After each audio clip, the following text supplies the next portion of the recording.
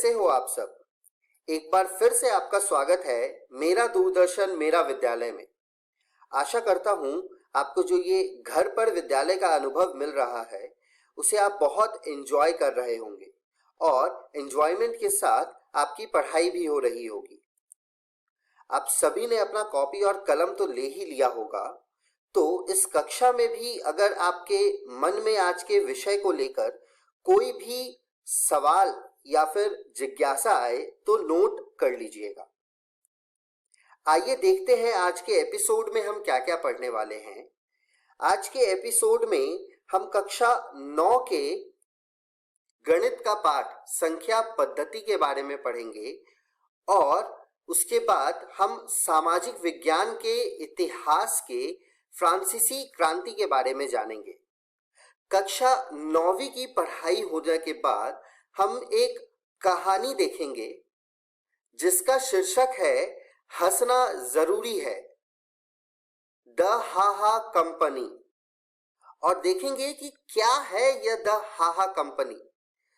बच्चों, मैं बता दूं कि यह कहानी बहुत ही प्रेरक है और बहुत मजेदार है। आप सभी को देखने में बहुत मजा आएगा। उसके बाद हम एक और प्रेरक कहानी देखेंगे, हेल्थ केयर। इस कहानी के बाद हम कक्षा 10 की पढ़ाई शुरू करेंगे और उसमें हम सबसे पहले विज्ञान के पाठ रासायनिक अभिक्रियाएं एवं समीकरण के बारे में पढ़ेंगे और सबसे आखिरी में हम सामाजिक विज्ञान में बिहार की कृषि के बारे में जानेंगे। तो चलिए शुरू करते हैं आज के एपिसोड को।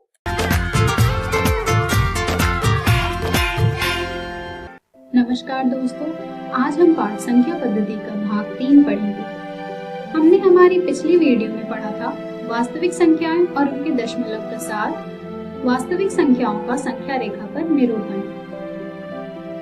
आज के इस वीडियो में हम पढ़ेंगे वास्तविक संख्याओं पर संक्रियाएं। तो चलिए आगे बढ़ते हैं और शुरू करते हैं वास्तविक संख्याओं पर संक्रियाएं। जैसा कि आप सभी जानते हैं कि जोड़, घटा, गुणा और भाग 4 मुख्य संक्रियाएं होती हैं।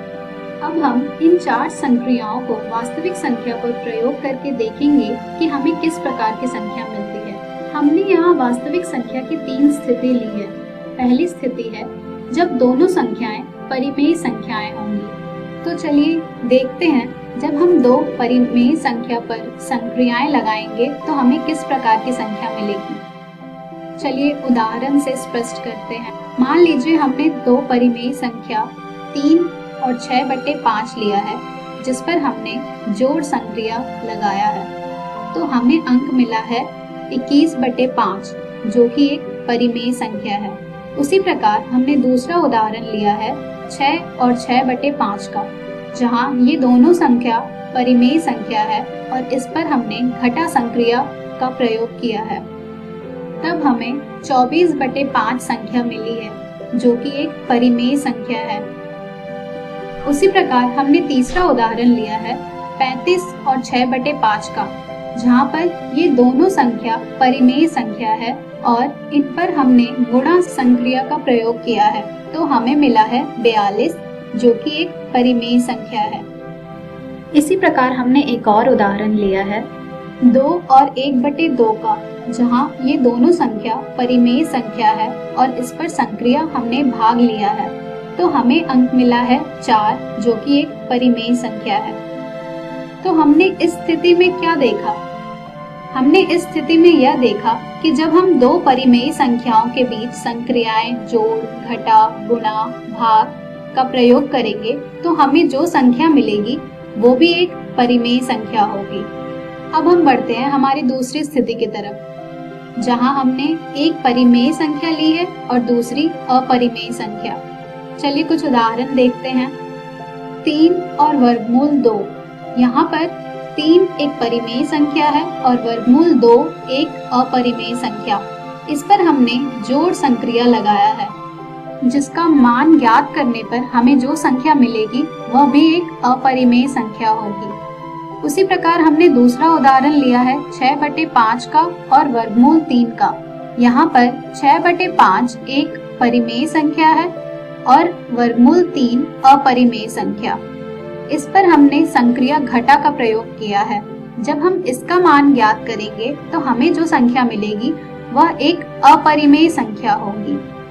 उसी प्रकार हमने तीसरा उदाहरण लिया है 2 वर्गमूल 3 का, जहाँ पर 2 एक परिमेय संख्या है और वर्गमूल 3 एक अपरिमेय संख्या।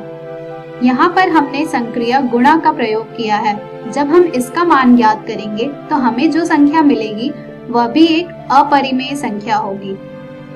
उसी प्रकार हमने चौथा उदाहरण लिया है 7 बटे वर्गमूल 5 का, जहाँ पर 7 हमारा परिमेय संख्या है और वर्गमूल 5 अपरिमेय संख्या।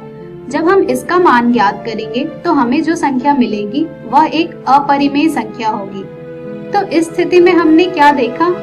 इस स्थिति में हमने यह देखा कि जब हम एक परिमेय संख्या पर और दूसरी अपरिमेय संख्या पर संक्रियाएं का प्रयोग करेंगे तो हमें जो संख्या मिलेगी वह भी एक अपरिमेय संख्या होगी।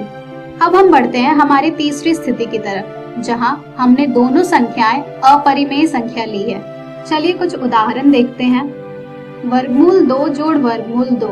यहाँ पर वर्गमूल 2 एक अपरिमेय संख्या है। जब हम इन दोनों पर संक्रिया जोड़ का प्रयोग करके मान ज्ञात करेंगे तो हमें मिलेगा 2 वर्गमूल 2, जो कि एक अपरिमेय संख्या है।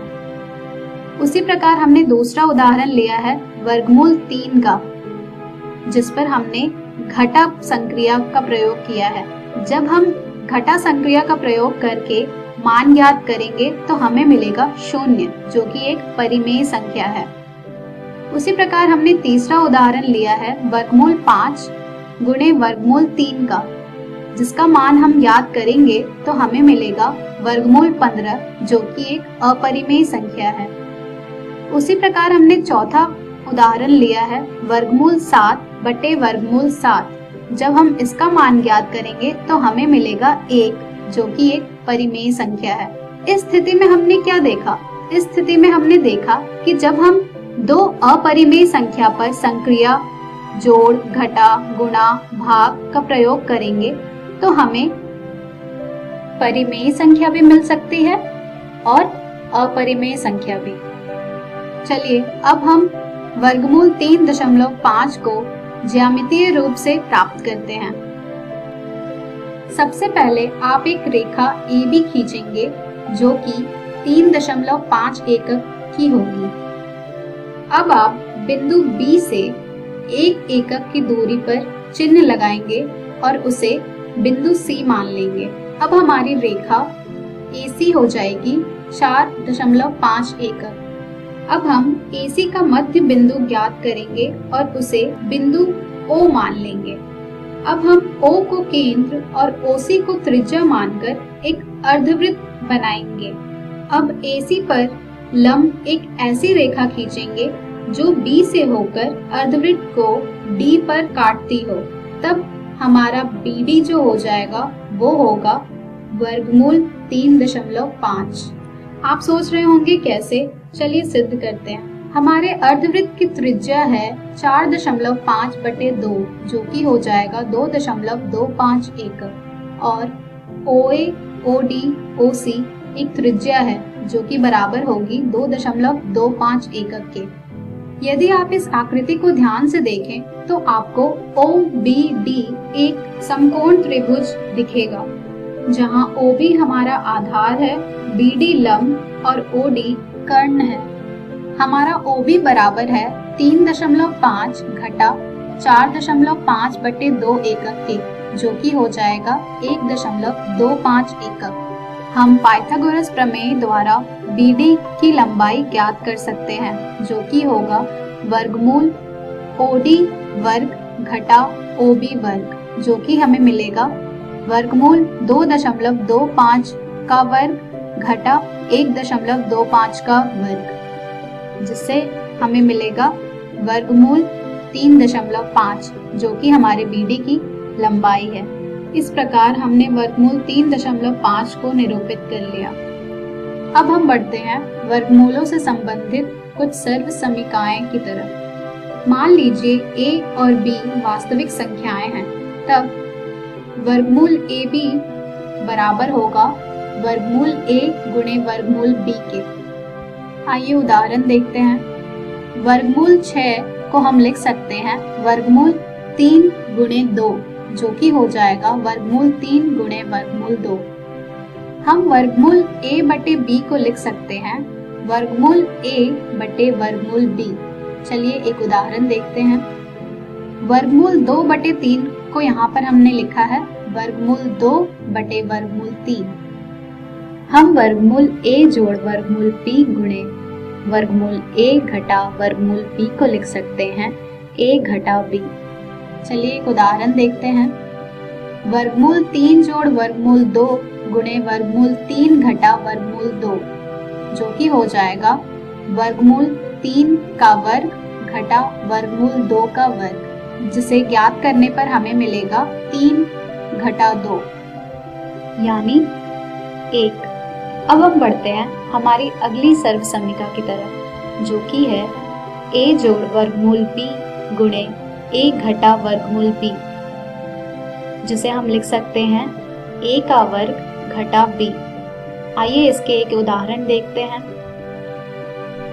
2 जोड़ वर्गमूल 3 गुणे 2 घटा वर्गमूल 3, जिसे हम लिख सकते हैं 2 का वर्ग घटा 3 यानी 4 घटा 3, जो कि होगा 1।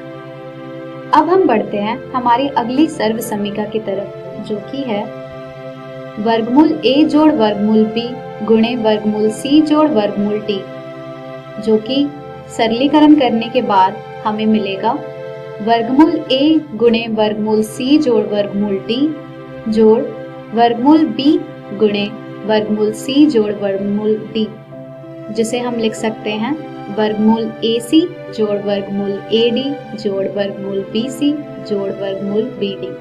चलिए एक उदाहरण देखते हैं। वर्गमूल 3 जोड़ वर्गमूल 2 गुणे वर्गमूल 5 जोड़ वर्गमूल 7, जिसे सरलीकरण करने पर हम लिख सकते हैं वर्गमूल 3 गुणे वर्गमूल 5 जोड़ वर्गमूल 7 जोड़ वर्गमूल 2 गुणे वर्गमूल 5 जोड़ वर्गमूल 7, जिसे हम लिख सकते हैं वर्गमूल 15 जोड़ वर्गमूल 21 जोड़ वर्गमूल 10 जोड़ वर्गमूल 14। अब हम बढ़ते हैं हमारी अगली सर्वसमीका की तरफ, जो कि है वर्गमूल a जोड़ वर्गमूल b का वर्ग, जिसे हम लिख सकते हैं a जोड़ 2 गुणे वर्गमूल ab जोड़ b। आइए एक उदाहरण देखते हैं।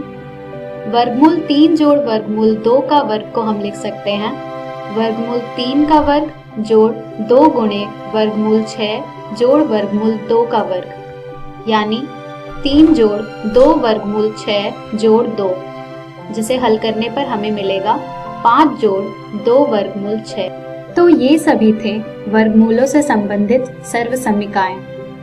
आज के इस वीडियो में हमने सीखा वास्तविक संख्याओं पर संक्रियाएं। हम हमारी अगली वीडियो में पढ़ेंगे परिमेयीकरण और वास्तविक संख्याओं के लिए घातांक नियम। धन्यवाद।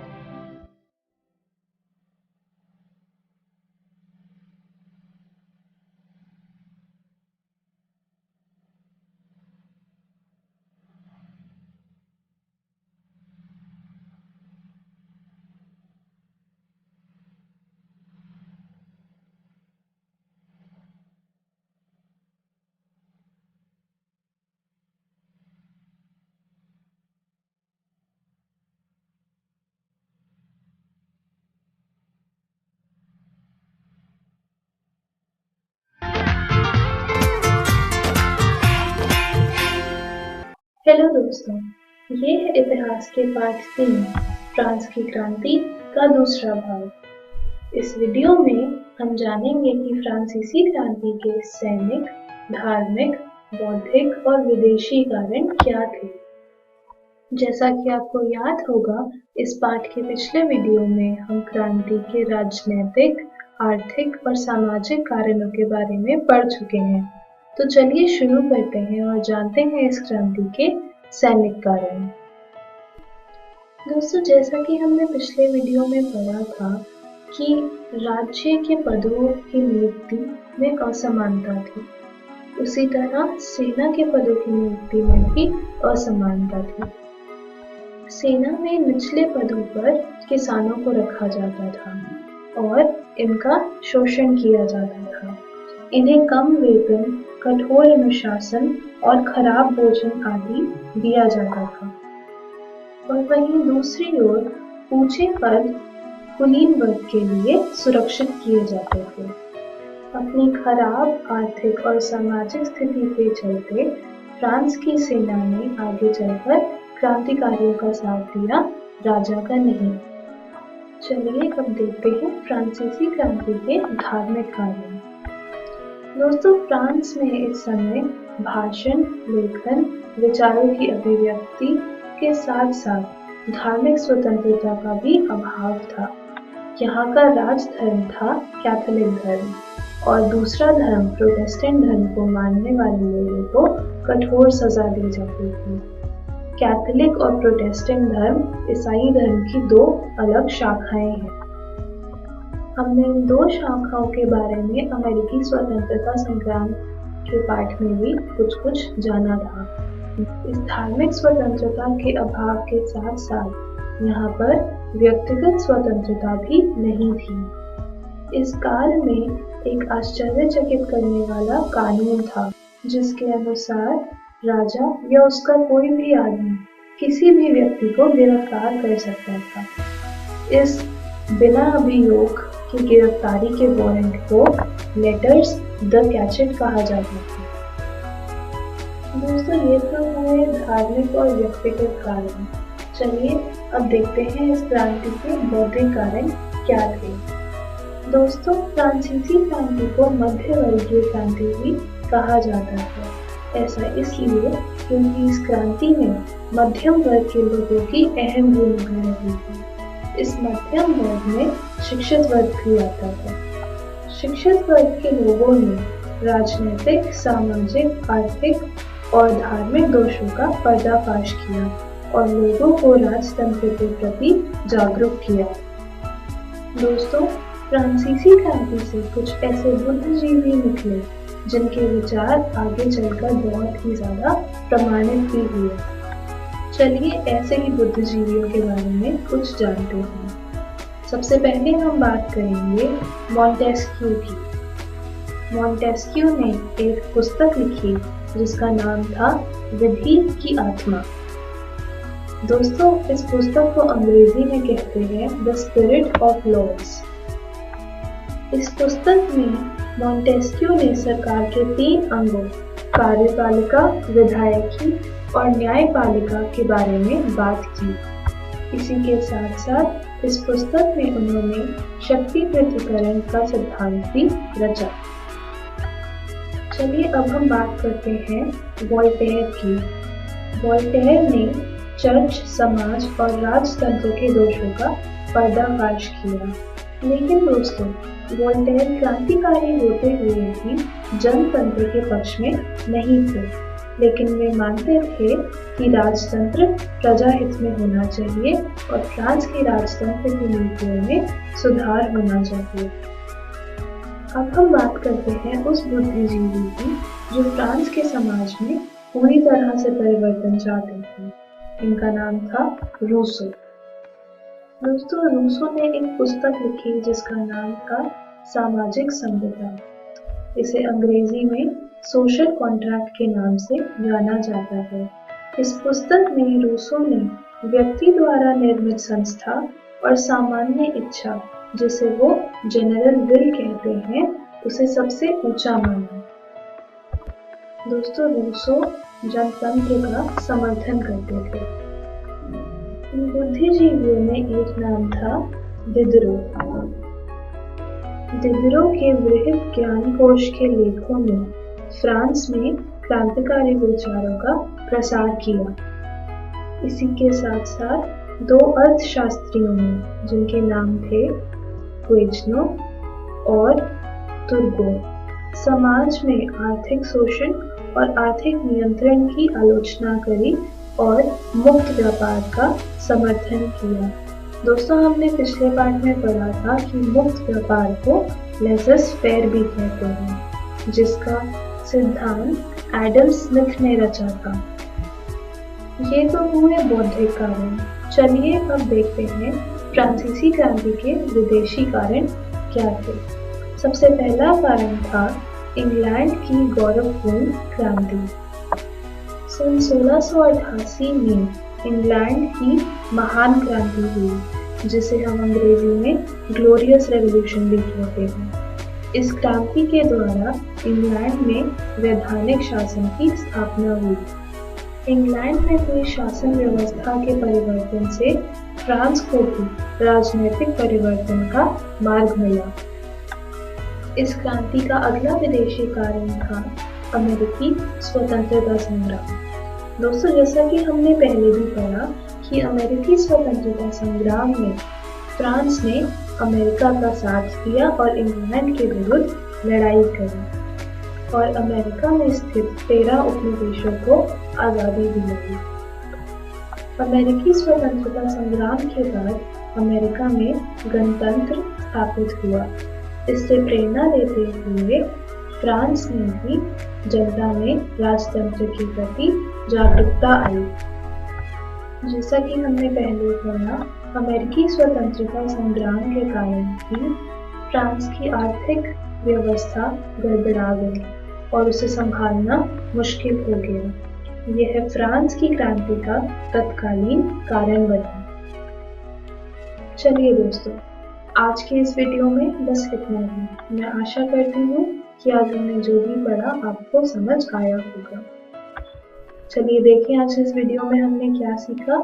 हमने इस वीडियो में जाना कि फ्रांसीसी क्रांति के सैनिक, धार्मिक, बौद्धिक और विदेशी कारण क्या थे।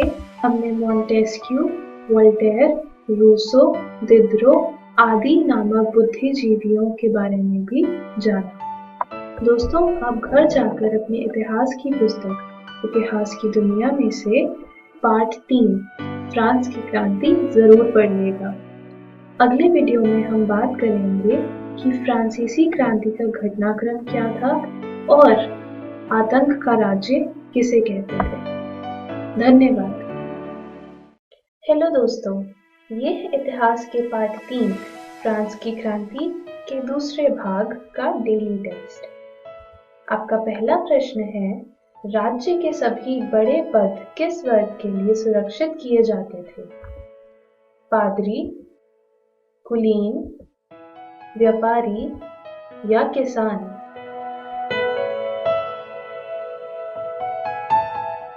आपका अगला प्रश्न है, फ्रांस में कौन सा धर्म राजधर्म था? हिंदू, कैथोलिक, प्यूरिटन या इनमें से कोई भी नहीं? आपका अगला प्रश्न है, इस बुद्धिजीवी ने पुस्तक लिखी जिसका नाम था विधि की आत्मा? मॉन्टेस्क्यू, वोल्टेयर, रूसो या एडम स्मिथ?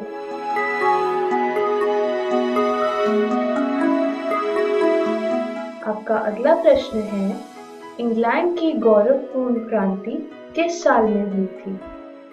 1688, 1698, 1699 या 1700? आपका आखिरी प्रश्न है, किस कानून के अंतर्गत फ्रांस का राजा या उसके आदमी किसी को भी गिरफ्तार कर सकते थे? Stamp act, letters the gadget, तिथे या इनमें से कोई भी नहीं?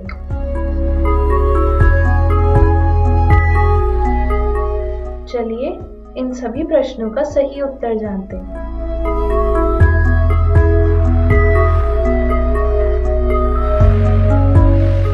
धन्यवाद।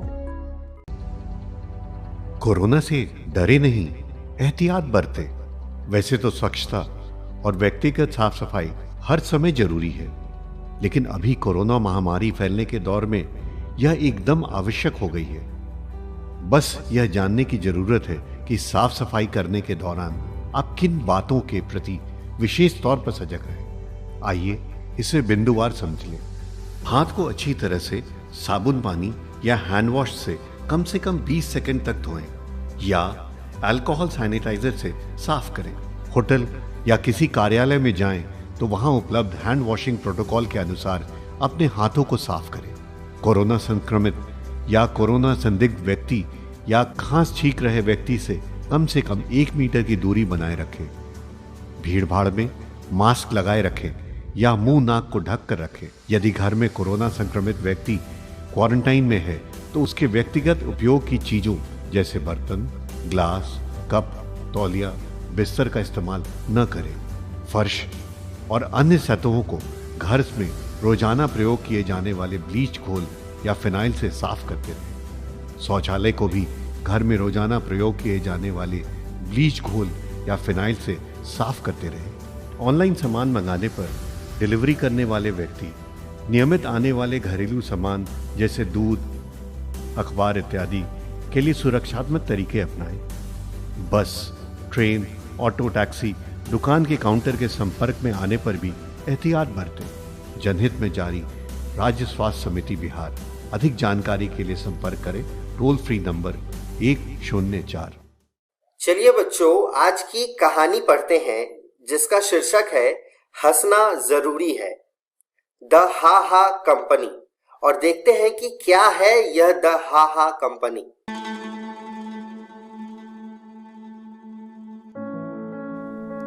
ये मेरा प्लेग्राउंड है। ये लड़कियों को हाथ भी नहीं लगाने दूंगा। ये तुम्हारा या मेरा नहीं है, ये हम सबका प्लेग्राउंड है और मैं इसे सबके खेलने के लायक बनाऊंगी। मिल गया टायर, इससे स्विंग बना सकते हैं। हाँ, हाँ, वूहू, कितना मजा आ रहा है। चलो और कुछ भी बनाते हैं ये स्क्रैप से, जैसे कि बैठने के लिए चेयर। वाह, क्या बनी है ये चेयर। अब कल और भी अच्छा बनाते हैं कूड़े से। अरे सुनो बच्चों, ये चेयर तो बहुत स्टर्डी है। और है क्या? हमें एक प्लान चाहिए और ढेर सारा ट्रैश और पैसा भी। नहीं शी, ये क्या बकवास कूड़े का फर्नीचर है। ये कूड़े का फर्नीचर नहीं, इसे बोलते हैं सस्टेनेबल फर्नीचर। सुनो टानी, एक स्कूल को बहुत अच्छा लगा आपका सस्टेनेबल फर्नीचर। उनको और भी चाहिए और पे भी करेंगे। मुझे भी खेलना है यार। चिंता मत करो, और कुछ ही महीने में हमारी कंपनी सक्सेसफुल हो गई। कभी अपने आप को अंडर एस्टिमेट मत करना। रवि जैसे नेगेटिव लोगों को पीछे छोड़ो। कोई भी कुछ भी कर सकता है, बस शुरू करने की देरी है। हंसना जरूरी है 5 दिन का प्रोजेक्ट है। आप इसे 4-4 के समूहों में जाकर पूरा करेंगे। पहला दिन, क्षेत्र शोध। फर्नीचर बनाने वालों से मिले, उनसे उनके कौशलों के बारे में पूछे, पता करें कैसे फर्नीचर बनता है, लकड़ियों की जानकारी, व्यापार की जानकारी, वो कैसे टिकाऊ फर्नीचर बनाते हैं इत्यादि। नोट्स बनाना और फोटोज लेना ना भूले। दूसरा दिन, जहां फर्नीचर बनता है वहां जाकर रिसर्च करें, उनकी प्रक्रिया समझें, देखें वहां क्या क्या काम होता है, क्या ये सुरक्षित है। आपके मन में जो सवाल हो सब पूछे। तीसरा दिन, बाजार में जाकर शोध। उन दुकानों में जाइए जहां फर्नीचर बिकता है, वहां जो कंपनियों का फर्नीचर बिक रहा है उनकी सूची बनाइए। देखिए कि फर्नीचर पर्यावरण हितैषी है या नहीं, उनकी कीमत कितनी है, और हाँ, फोटोज खींचना ना भूले। चौथा दिन, आप अपने समूह के साथ सोचें कि क्या कुछ और शोध करना जरूरी है, और अगर है तो वहां जाइए। फर्नीचर के ग्राहकों से मिले, जो कोई भी हो सकते हैं। उनसे पूछे कि वो क्या क्या इस्तेमाल करते हैं, क्या सुधार चाहेंगे, क्या कीमत होनी चाहिए इत्यादि।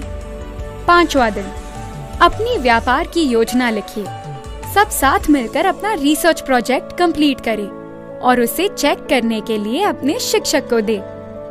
ये करने के बाद दूसरी कहानी देखिए, पढ़िए और सीखिए, क्योंकि युवा उद्यमी कभी रुकते नहीं हैं। आज की अगली कहानी पे चलते हैं, जिसका शीर्षक है हेल्थ केयर। मैं फ्यूचर में क्या करूंगी? इसका जवाब मुझे एक अचानक हुए इंसिडेंट से मिला। एक दिन अचानक, हे भगवान, ये क्या? इस स्कूल बस का बहुत बुरा एक्सीडेंट हुआ है। चलो इन्हें प्राइमरी हेल्थ केयर सेंटर ले जाते हैं। ओह, हमारे पास इतने पेशेंट्स के लिए ना तो डॉक्टर्स हैं, ना बेड्स हैं, और ना ही मेडिकल इक्विपमेंट्स हैं, और सबसे जरूरी ना ही लोग। हम सब आपकी मदद करेंगे। तुम और जनार्दन और रिजवान बेड लगाएंगे। शाइस्ता, तुम मेरे साथ आओगी। वहाँ सबा, तुम में एक अच्छे लीडर की सब क्वालिटीज है। इसे हॉस्पिटल ले जाना होगा, पर बारिश के कारण रास्ते बंद है। आइडिया, डॉक्टर शिवानी से वीडियो कॉल पर इसका इलाज पूछते हैं। उफ, इस लाइट को भी अभी जाना था। अब और नहीं रुक सकते हैं, इसे हॉस्पिटल लेकर जाना ही होगा। पर एम्बुलेंस कहाँ है? ये रही। जब आती हो जुगाड़ तो प्रॉब्लम्स नहीं सकती कुछ बिगाड़।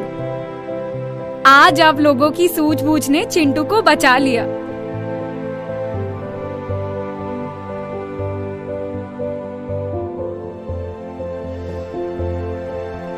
एंट्री लेवल एक्टिविटी 5 दिन का प्रोजेक्ट है। आप इसे 4-4 के समूह में जाकर पूरा करेंगे। पहला दिन, क्षेत्र शोध। हेल्थ केयर में काम करने वाले लोगों से मिले, नर्स, वार्ड बॉय आदि। उनसे उनके कौशलों के बारे में पूछे, उनकी दिनचर्या के बारे में जाने। नोट्स बनाना और फोटो लेना ना भूलें। दूसरा दिन, हेल्थ केयर सेंटर्स में जाकर रिसर्च। वहां जाकर उनका काम देखें, सबसे बात करें, जो मन में सवाल है वो पूछे। वहां के मरीजों से बात करें, पूछे कि क्या सुधार किया जा सकता है। तीसरा दिन, उन केंद्रों में जाए जहां इसके लिए प्रशिक्षण मिलता है। वहां के शिक्षकों और विद्यार्थियों से बात करें, कोर्सेज के बारे में पता करें। देखिए वहां का शुल्क कितना है, क्या छात्रवृत्ति मिलती है, इंटर्नशिप की जानकारी आदि। चौथा दिन, अपनी व्यापार की योजना लिखिए। सब साथ मिलकर अपना रिसर्च प्रोजेक्ट कंप्लीट करें और उसे चेक करने के लिए अपने शिक्षक को दें। ये करने के बाद दूसरी कहानी देखिए, पढ़िए और सीखिए, क्योंकि युवा उद्यमी कभी रुकते नहीं हैं।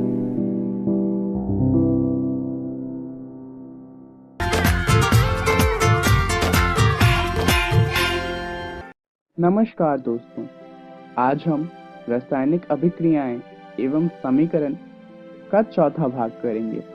तो चलिए जानते हैं इस वीडियो में हम क्या जानने वाले हैं। इस वीडियो में हम जानेंगे रासायनिक अभिक्रियाओं के प्रकार के बारे में। जैसा कि लास्ट वीडियो में आपने जाना था, रासायनिक अभिक्रिया के 5 प्रकार होते हैं। पहला प्रकार होता है संयोजन, दूसरा होता है वियोजन यानी कि अपघटन, तीसरा होता है विस्थापन, चौथा विस्थापन और पांचवा होता है अपचयन एवं उपचयन। चलिए शुरुआत करते हैं संयोजन अभिक्रिया को जानते हुए। जब 2 या 2 से अधिक पदार्थ, तत्व या यौगिक संयोग करके एकल उत्पाद का निर्माण करते हैं, ऐसी अभिक्रियाओं को संयोजन अभिक्रिया कहते हैं। जैसे कि उदाहरण आप देख सकते हैं कि 2 या 2 से अधिक अभिकारक जब मिलते हैं और उससे सिर्फ एक उत्पाद बनता है, तो ऐसी अभिक्रियाओं को कहा जाता है संयोजन अभिक्रिया। चलिए कुछ उदाहरण देख लेते हैं संयोजन अभिक्रिया के। सबसे पहला उदाहरण है कैल्शियम ऑक्साइड जब जल के साथ तीव्रता से अभिक्रिया करता है और बुझे हुए चूने में परिवर्तित हो जाता है, जिसे कैल्शियम हाइड्रोक्साइड भी कहते हैं। यहाँ आप देख सकते हैं कि यहाँ पे अभिकारक 2 हैं। पहला है कैल्शियम ऑक्साइड और दूसरा है जल। दोनों से मिलके सिर्फ एक उत्पाद बना है, जो है कैल्शियम हाइड्रोक्साइड। चलिए कुछ और उदाहरण देख लेते हैं। पहला है जब कार्बन ऑक्सीजन के साथ अभिक्रिया करता है तो उससे हमें कार्बन डाइऑक्साइड गैस मिलती है। एक और उदाहरण देख लेते हैं। जब हाइड्रोजन और ऑक्सीजन आपस में अभिक्रिया करते हैं तो इनसे हमें जल मिलता है। अब इन दोनों अभिक्रिया की बात करें तो दोनों ही अभिक्रिया में ऊष्मा मिलती है और ये ऊष्मा बहुत ज़्यादा होती है। सिर्फ इन दोनों में ही नहीं, लगभग जितनी भी संयोजन अभिक्रिया होती है उन सभी में ऊष्मा मिलती है। जिन अभिक्रियाओं में उत्पाद के निर्माण के साथ साथ ऊष्मा भी मिलती है उन्हें कहा जाता है ऊष्माक्षेपी रासायनिक अभिक्रियाएं। चलिए ऊष्माक्षेपी रासायनिक अभिक्रियाओं के कुछ उदाहरण देख लेते हैं। इसका पहला उदाहरण है प्राकृतिक गैस का दहन। जैसा कि आप देख सकते हैं ये एक दहन का उदाहरण है, तो जाहिर सी बात है कि ऊष्मा तो इसमें मिलेगी ही। प्राकृतिक गैस यानी कि मीथेन का सूत्र होता है CH4। जब ये ऑक्सीजन के साथ अभिक्रिया करता है तो इससे हमें कार्बन डाइऑक्साइड गैस मिलती है, साथ में वाटर मिलता है और बहुत सारी ऊष्मा मिलती है। इसके अलावा अगर हम श्वासन की बात करें, जिसे इंग्लिश में रेस्पिरेशन कहते हैं, तो ये भी ऊष्मक्षेपी अभिक्रिया का उदाहरण है। जैसा कि आप देख सकते हैं ग्लूकोज जब ऑक्सीजन के साथ अभिक्रिया करता है तो इससे हमें कार्बन डाइऑक्साइड गैस, जल और ATP मिलता है, ऊष्मा मिलती है। चलिए अब बात करते हैं ऊष्मशोषी अभिक्रियाओं के बारे में। ये ऊष्मक्षेपी अभिक्रियाओं का बिल्कुल विपरीत होती हैं। ऊष्मशोषी अभिक्रियाएं ऐसी अभिक्रियाएं होती हैं जिनमें ऊर्जा की जरूरत होती है अभिक्रिया के होने के लिए। ये ऊष्मीय ऊर्जा का शोषण करती हैं। चलिए अब बात करते हैं वियोजन की, जिसे हम अपघटन अभिक्रिया भी कहते हैं। ये विपरीत होता है संयोजन अभिक्रिया के। वियोजन उस प्रक्रिया को कहते हैं जिसमें तत्व या यौगिक टूटकर छोटे कणों के रूप में बदल जाते हैं। यह क्रिया प्रायः उत्क्रमणीय होती है। जैसा कि हमने जाना कि इसमें एक ही अभिकारक होता है जो टूटकर एक से अधिक उत्पाद में बदल जाता है। चलिए इसके कुछ उदाहरण देख लेते हैं। ऊष्मा देने पर कैल्शियम कार्बोनेट का कैल्शियम ऑक्साइड तथा कार्बन डाइऑक्साइड में वियोजित होना वियोजन अभिक्रिया का उदाहरण है। जैसा कि आप देख सकते हैं यहाँ पर एक ही अभिकारक है कैल्शियम कार्बोनेट, जिसे जब हमने ऊष्मा प्रदान की तो वो टूट गया कैल्शियम ऑक्साइड और कार्बन डाइऑक्साइड में। ऊष्मा के द्वारा की गई वियोजन अभिक्रियाओं को ऊष्मीय वियोजन कहते हैं।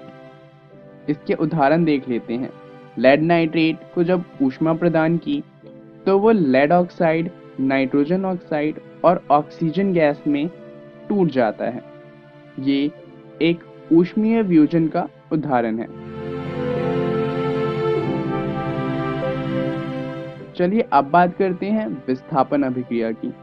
अभिक्रिया जिसमें एक तत्व दूसरे तत्व को उसके यौगिक से विस्थापित कर देता है विस्थापन अभिक्रिया कहलाता है। इसका मतलब क्या हुआ? मान लीजिए कि एक तत्व था A और एक यौगिक था BC। अब अभिक्रिया के बाद क्या होगा कि जो तत्व A है वो BC में से B को उसके यौगिक से अलग कर देगा और खुद C के साथ अपना यौगिक बना लेगा। अब यहाँ पर A B को उसके यौगिक से अलग कर सकता है या नहीं कर सकता, ये इस बात पे निर्भर करता है कि A की अभिक्रियाशीलता कितनी है। एक विस्थापन अभिक्रिया में केवल अधिक अभिक्रियाशीलता वाले तत्व ही कम अभिक्रियाशीलता वाले तत्वों को प्रतिस्थापित कर सकते हैं। आपको 9वीं कक्षा का रिएक्टिविटी सीरीज तो याद ही होगा। यहाँ पर इसी रिएक्टिविटी सीरीज का इस्तेमाल किया जाता है पता लगाने के लिए कि विस्थापन अभिक्रिया होगी या नहीं होगी। चलिए विस्थापन का एक उदाहरण देख लेते हैं। जिंक कॉपर की अपेक्षा अधिक अभिक्रियाशील है, ये तो आप जानते ही हैं। तो जब जिंक कॉपर सल्फेट के साथ अभिक्रिया करता है तो कॉपर को सल्फेट से अलग कर देता है और खुद जिंक सल्फेट बनाता है। यहाँ पर आप देख सकते हैं कि जिंक ने कॉपर को सल्फेट से अलग कर दिया है। चलिए अब बात करते हैं द्विस्थापन अभिक्रिया की। वे अभिक्रियाएं जिनमें अभिकारकों के बीच आयनों का आदान प्रदान होता है उन्हें द्विस्थापन अभिक्रिया कहते हैं। जैसा कि आप देख सकते हैं यहाँ पे पहला यौगिक है AB और दूसरा यौगिक है CD। अभिक्रिया के बाद जो दो नए यौगिक बने वो हैं CB और AD। ये द्विस्थापन अभिक्रिया का उदाहरण है। चलिए अब बात करते हैं उपचयन की। अभिक्रिया के समय जब पदार्थ में ऑक्सीजन की वृद्धि होती है तो कहा जाता है कि उसका उपचयन हुआ है। इलेक्ट्रॉन की हानि भी उपचयन कहलाती है। चलिए उपचयन का एक उदाहरण देख लेते हैं। कॉपर चूर्ण की सतह पर कॉपर ऑक्साइड की काली परत का चढ़ जाना उपचयन का एक उदाहरण है। यहाँ पर कॉपर ऑक्साइड कॉपर में ऑक्सीजन के योग से बना है। जैसा कि आप देख सकते हैं, कॉपर जब ऑक्सीजन के साथ अभिक्रिया करता है तो कॉपर ऑक्साइड में परिवर्तित हो जाता है। चलिए अब अपचयन की बात करते हैं। ये उपचयन का उल्टा होता है।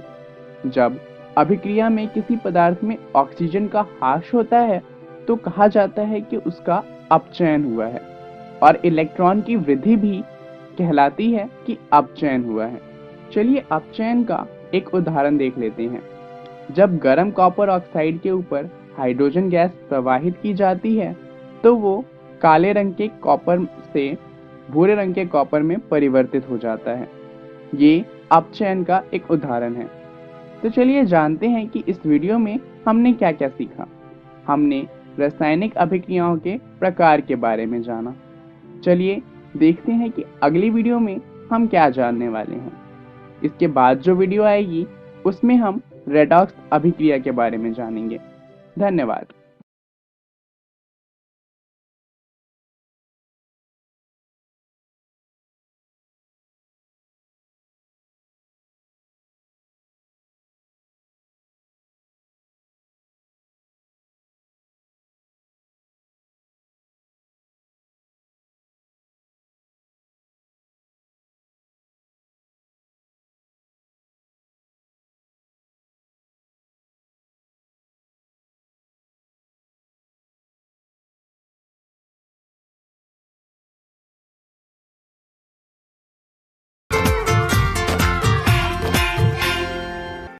नमस्कार दोस्तों, आज हम कृषि नामक अध्याय का अगला भाग यानी कि तीसरा भाग पढ़ने वाले हैं।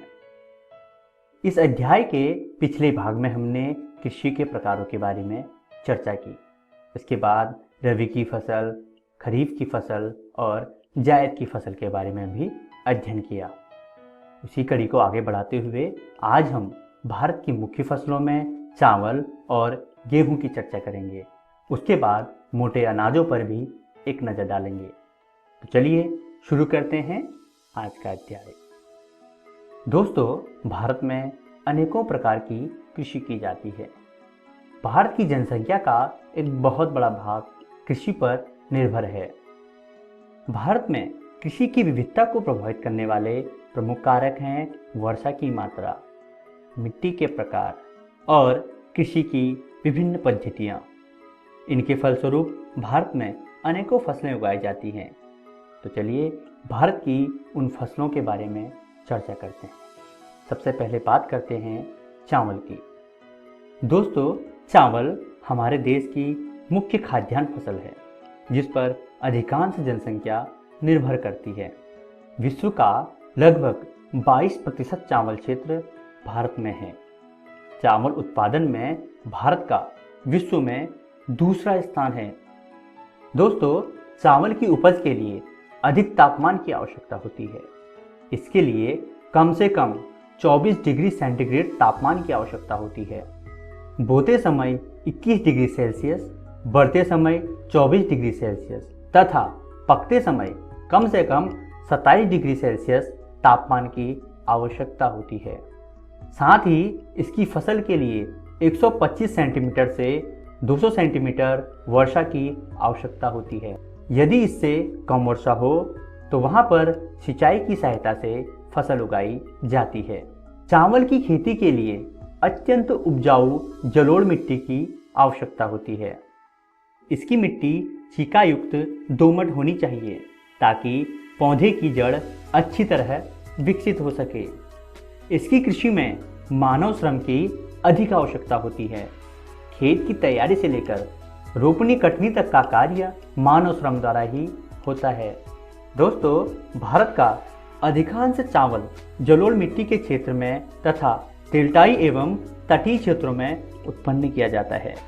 इसके अतिरिक्त यह हिमालय पर्वत की निचली घाटियों में, सीढ़ीनुमा खेतों में और दक्षिणी पठार के कुछ घाटी क्षेत्रों में भी उगाया जाता है। चलिए दोस्तों, अब बात करते हैं गेहूं की। चावल के बाद गेहूं हमारे देश की दूसरी प्रमुख खाद्यान्न फसल है। हमारा देश गेहूं उत्पादन में विश्व का दूसरा बड़ा देश है। यहाँ विश्व का करीब 10% गेहूं उगाया जाता है। यह जाड़े की ऋतु में उगाया जाता है। पकते समय इसे खिली धूप की आवश्यकता होती है। इसके साथ साथ उगाने के लिए समान रूप से वितरित 50 से 75 सेंटीमीटर वार्षिक वर्षा की आवश्यकता होती है।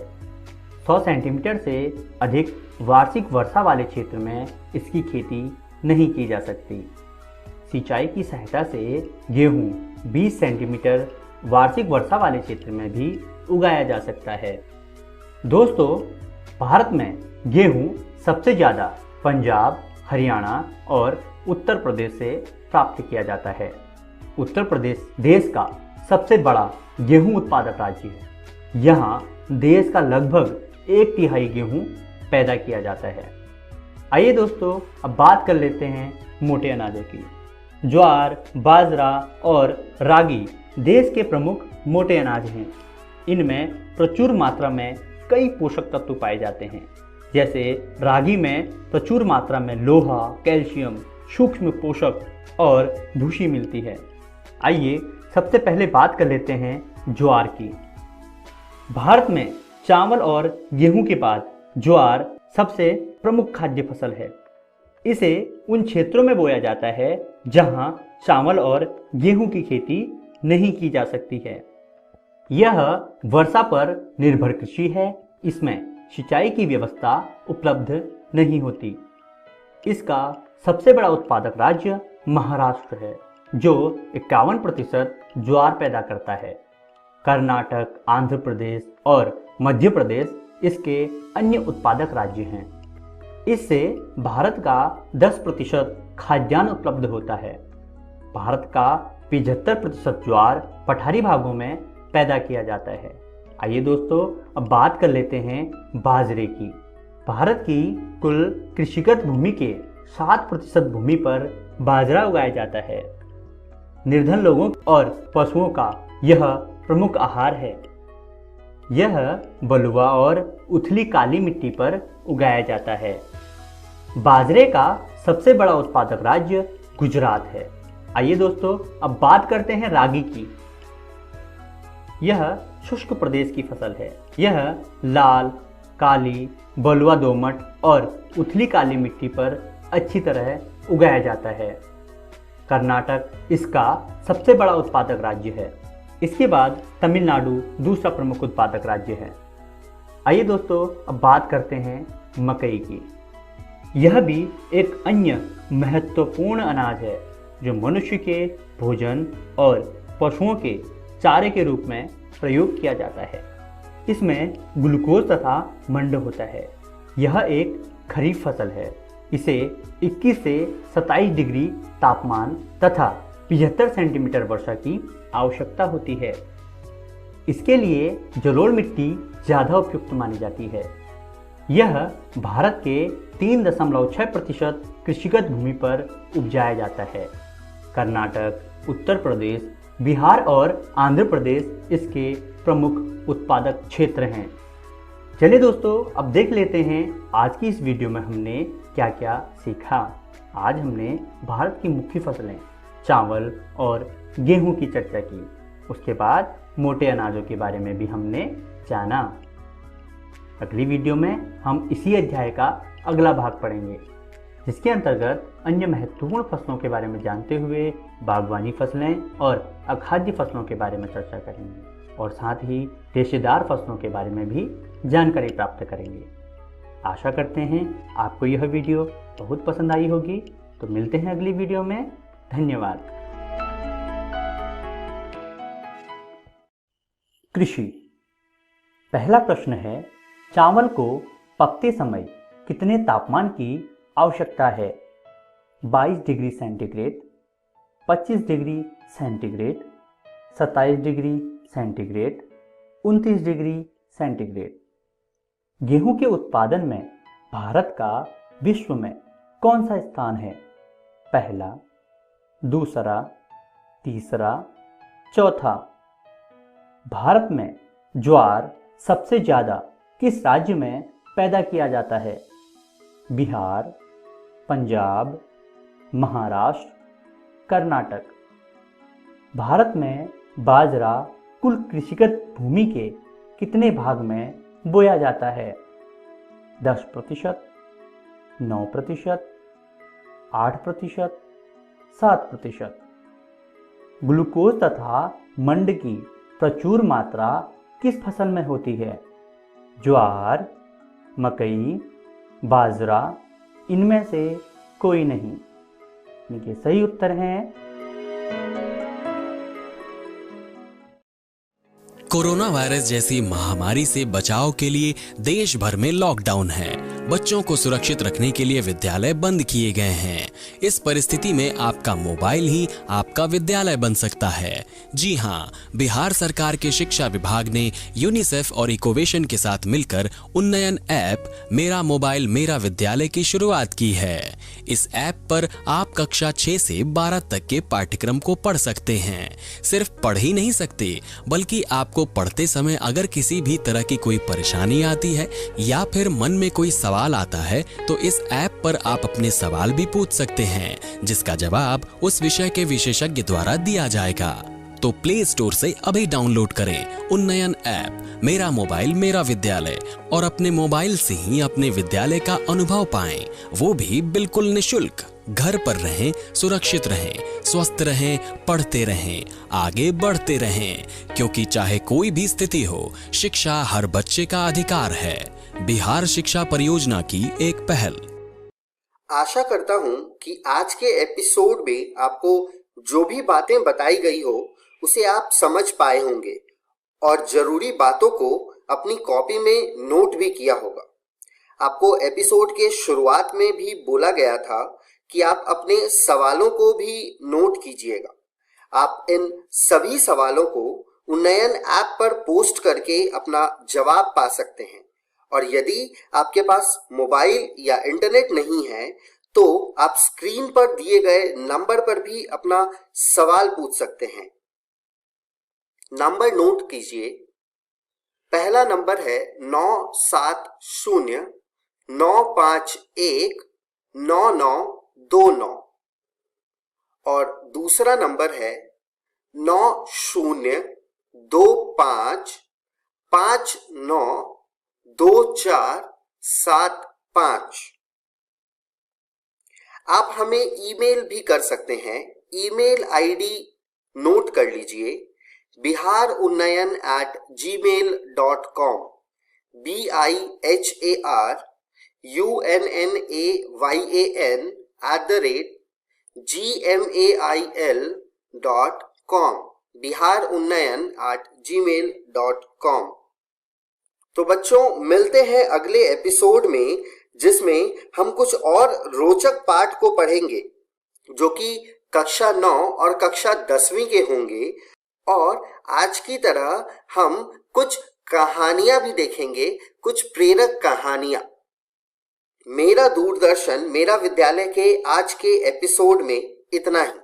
घर पर रहें, सुरक्षित रहें और पढ़ते रहें। बाय बाय बच्चों।